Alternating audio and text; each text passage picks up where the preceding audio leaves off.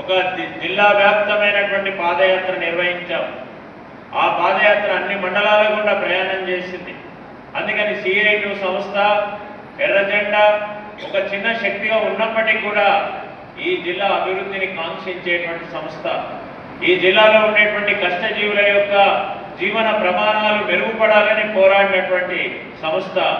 అందుకని ఒక్క CITU పోరాడితేనే విజయాలన్నీ సాధ్యం కావు.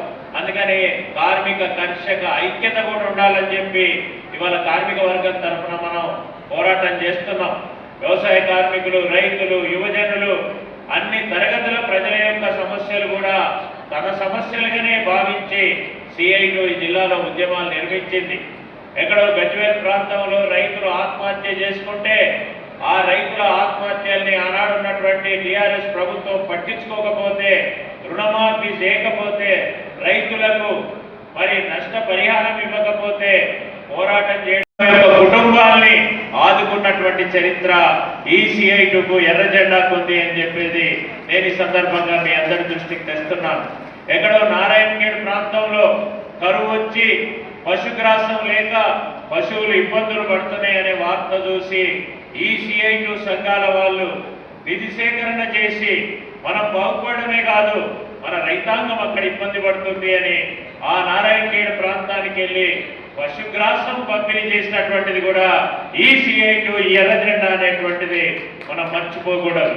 అట్లాగే మెదక్ జిల్లాలో అనేక ప్రాంతాల్లో కరువు వచ్చినప్పుడు కరువులో ఉండేటువంటి ప్రజల్ని ఆదుకోవడం నా బాధ్యత అని CITU కార్మిక వర్గం భావించింది. అందుకే ఆనాడు విరాళాలు సేకరించి మరి అక్కడ ఉండేటువంటి అంబలి కేంద్రాలు నిర్వహించి కరువులో ప్రజల్ని ఆదుకున్నటువంటి సామాజిక స్పృహ కలిగినటువంటి బాధ్యత కలిగినటువంటి సంఘం ఈ CITU అనేటువంటిది కూడా మీ అందరికీ కూడా తెలిసిన విషయమే.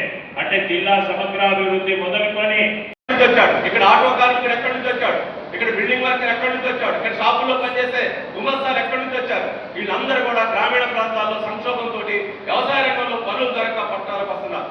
మరి అసంఘటిత రంగ కార్మికులుగా ఉన్నారు.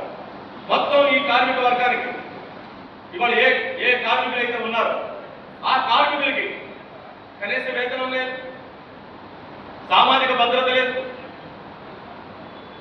కనీస వేతనం అసలు ఏముంది? కనీస వేతనం ఎంత ఇవ్వాలి? కనీస వేతనం ఎవరు నిర్ణయించాలి? కనీస వేతనం ఎన్ని సంవత్సరాలకు ఒకసారి కనీస వేతనాన్ని సవరించాలి? ధరలు పెరుగుతున్నప్పుడు కార్మికుల జీవన ప్రమాణాలు ఎక్కడ నిలబెట్టాలి? మరి జీవన ప్రమాణాలు నిలబెట్టాలంటే మళ్ళీ కనీస వేతనంతో పాటు ప్రతి 6 నెలలకు ఒకసారి కరువు భత్యం VDA పాయింట్లు ఎందుకు ఇవ్వాలి? మరి కార్మికుడు 50 ఏళ్ళు 60 ఏళ్ళు పనిచేసిన తర్వాత వృద్ధాప్యం వచ్చిన తర్వాత మరి ఆయనకి ఏంటి రిటైర్మెంట్ బెనిఫిట్స్ ఏంటి? అతనికి ఒక సామాజిక సంక్షేమంగా ఒక పెన్షన్ సంబంధించినటువంటి హక్కులేంటి? Hi everybody, this is Kiriti Damaraju. Like, share and subscribe to Saira TV.